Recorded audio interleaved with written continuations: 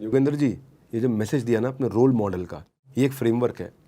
आज हर बच्चे को एक सवाल पूछना चाहिए, तुम्हारा रोल मॉडल कौन है। उसको अपने आप से सवाल पूछना चाहिए, मेरा रोल मॉडल कौन है। ये रोल मॉडल आपने एक बड़ा फ्रेमवर्क दे दिया है। मैं भी आज अपने आप को सोचने लगा हूँ वापस, कौन रोल मॉडल होना चाहिए। बहुत बढ़िया। एक रैपिड फायर राउंड की तरफ चलूंगा, उससे पहले एक छोटा पॉलिटिकल क्वेश्चन अगर आपको ठीक लगे। एक अग्निपथ स्कीम चल रही है, उसको लेके बहुत बवाल मचा हुआ है और जहाँ कुछ लोगों को ने इसका बड़ा स्वागत किया, कुछ लोगों ने इसकी आलोचना भी करी है। तो योगेंद्र सिंह यादव, कैप्टन योगेंद्र सिंह यादव का क्या विचार है अग्निपथ स्कीम को लेके? ये अग्निपथ अभी देश के लिए सही नहीं है, क्योंकि 4 साल का जो एक रखा है इन्होंने, वो 4 साल के अंदर एक नया बच्चा 6 महीने की ट्रेनिंग करने के बाद उसके पास 3.5 साल बचते हैं और फौज की सिखलाई तो 28 साल करने के बाद में भी पूर्ण नहीं हो पाती है।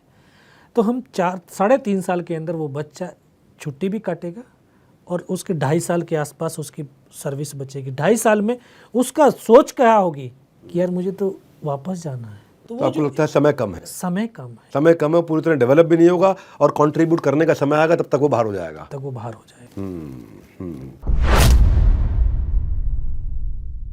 पहला प्रश्न, 17 गोलियां लगने के बाद आपने कितने दुश्मनों को उड़ाया उस समय? घायल होने के बाद 5 को मारा। कैप्टन विक्रम सिंह बत्रा ने कहा था कि ये दिल मांगे मोर।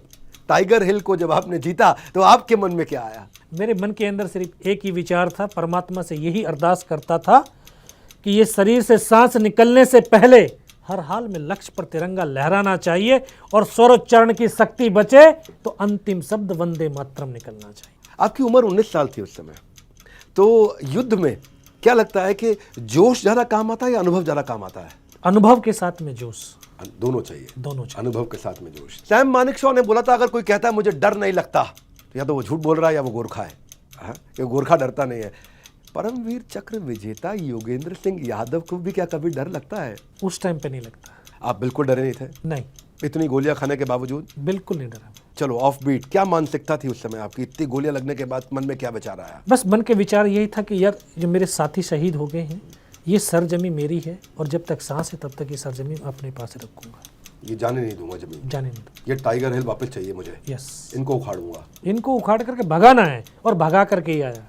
जंग के दौरान एक सोल्जर का साथी होता है उसका बैकपैक, जिसको पीठ पे टांग के चलता है, वो भी बड़ा साथी होता है उसका। इस सर्वाइवल किट में होता क्या? हम कई बार सोचते हैं राशन होता है, एम्यूनेशन होता है, क्या साथ में लेके जाते हैं आप इसमें? इसमें 72 घंटे का जो है राशन होता है और अम्नेशन ज़्यादा होता है। राशन से ज़्यादा अम्नेशन होता है। उसके पास फील्ड पट्टी होती है। ऐसी क्या चीज़ खाने की लेके जाते हैं जो 72 घंटे चलती है? ऐसी आउट ऑफ क्यूरियोसिटी। ये सिर्फ जैसे शक्कर पारे हुए, ड्राई फ्रूट्स हो गया, बिस्किट्स हो गए, ये ही ज़्यादातर होता है। एक हिंदुस्तानी सैनिक का पहला कर्तव्य क्या होता है?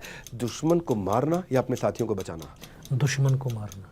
आपका पसंदीदा पेट्रियोटिक देशभक्ति का गाना कौन सा है?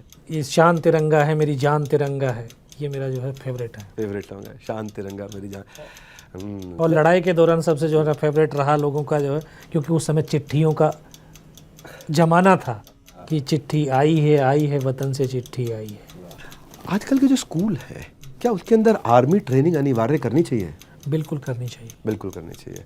अगर आप अपनी ज़िंदगी में वापस जा सके योगेंद्र यादव, तो क्या अपनी ज़िंदगी में कुछ पीछे बदलना चाहेंगे? पीछे बदलना चाहेंगे, क्योंकि उस समय हमें इतनी अवेयरनेस नहीं थी किसी भी सेक्टर की।